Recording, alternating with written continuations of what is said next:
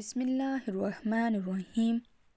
حدثنا أبدان قال أخبرنا عبد الله قال أخبرنا يونس عن الزهري وحدثنا بشر بن محمد قال أخبرنا عبد الله قال أخبرنا يونس ومأمر عن الزهري نحوه قال أخبرني عبيد الله بن عبد الله عن ابن عباس قال كان رسول الله صلى الله عليه وسلم أجواد الناس وكان أجواد ما يكون في رمضان حين يلقاه جبريل وكان يلقاه في كل ليلة من رمضان فيدرسه القرآن ولرسول الله صلى الله عليه وسلم أجواد بالخير من ريح المرسلات.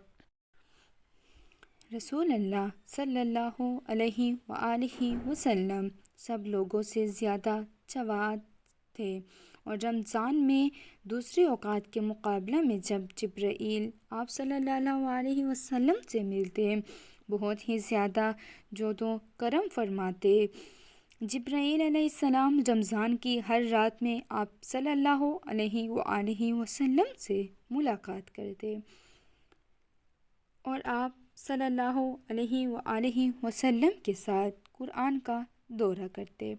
غرض حضرت صلی اللہ علیہ وآلہ وسلم لوگوں کو بھلائی پہنچاتے، بھلائی پہنچانے میں بارش لانے والی ہوا سے بھی زیادہ جود و کرم فرمایا کرتے تھے۔